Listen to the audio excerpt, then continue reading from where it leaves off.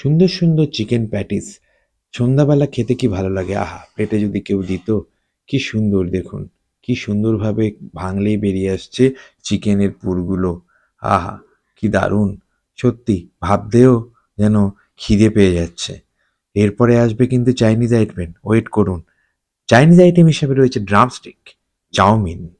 Drumstick দিয়ে chowmein, drumstick কিন্তু starter, আবার চাউমিন হলো মেইন কোর্স। কিন্তু সেই এগ চাউমিন যেন আমার কাছে তো ভীষণ ফেভারিট। আপনাদের কাছে কিরম ফেভারিট জানাবেন। এই ড্রামস্টিক দিয়ে উপরে একটু কিছু ছড়িয়ে দিয়ে খেতে খুবই ভালো লাগে। ড্রামস্টিক অ্যান্ড চাউমিন পাশাপাশি। দুই ভাই বোনের মতন সুন্দর দেখুন দাঁড়িয়ে বসে আছে। সুতরাং এটা খেয়ে কেমন লাগে আপনি জানাবেন কমেন্ট বক্সে, এবং ভিডিওটি ভালো লাগলে অবভিয়াসলি লাইক এবং শেয়ার করবেন। আচ্ছা আচ্ছা, দাঁড়ান দাঁড়ান, আরও ভিডিও আসছে, আরও আইটেম আসছে। ফিশ কাটলেট, এত বড় ফিশ কাটলেট তো আমি বাবা বাপ্পের জন্মে দেখিনি। কি সুন্দর পুর দিয়ে খাওয়া হচ্ছে দেখুন।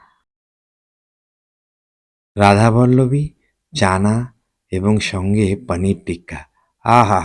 এটাও একটা ভেজ হিসেবে দারুণ আইটেম। আহ! দেখলেই আমার জিভে যেন জল চলে আসছে। ভিডিওটা বানাবো কি? আপনাদের কেমন লাগছে জানাবেন কমেন্ট বক্সে, এবং ভিডিওটি ভালো লাগলে অবভিয়াসলি লাইক এবং শেয়ার করবেন, যেরকম আপনারা অলওয়েজ করে থাকেন।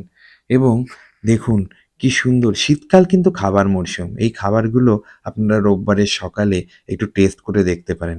এরমভাবে সাজিয়ে দিলে তো নিশ্চয়ই মিস করবেন না। আমিও যেমন মিস করিনি, সেরকম আপনারাও আশা করি মিস করবেন না। ভিডিওটি সত্যিই লোভনীয়, এবং যত ভিডিওটা এডিট করছি তত যেন আরেকবার খাবার ইচ্ছা হচ্ছে। আপনাদের কেমন লাগছে জানাবেন।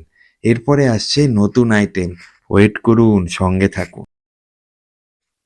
এটি হলো ভেজিটেবল এবং চিকেনের র্যাপ, কিন্তু বাড়িতে বানানো।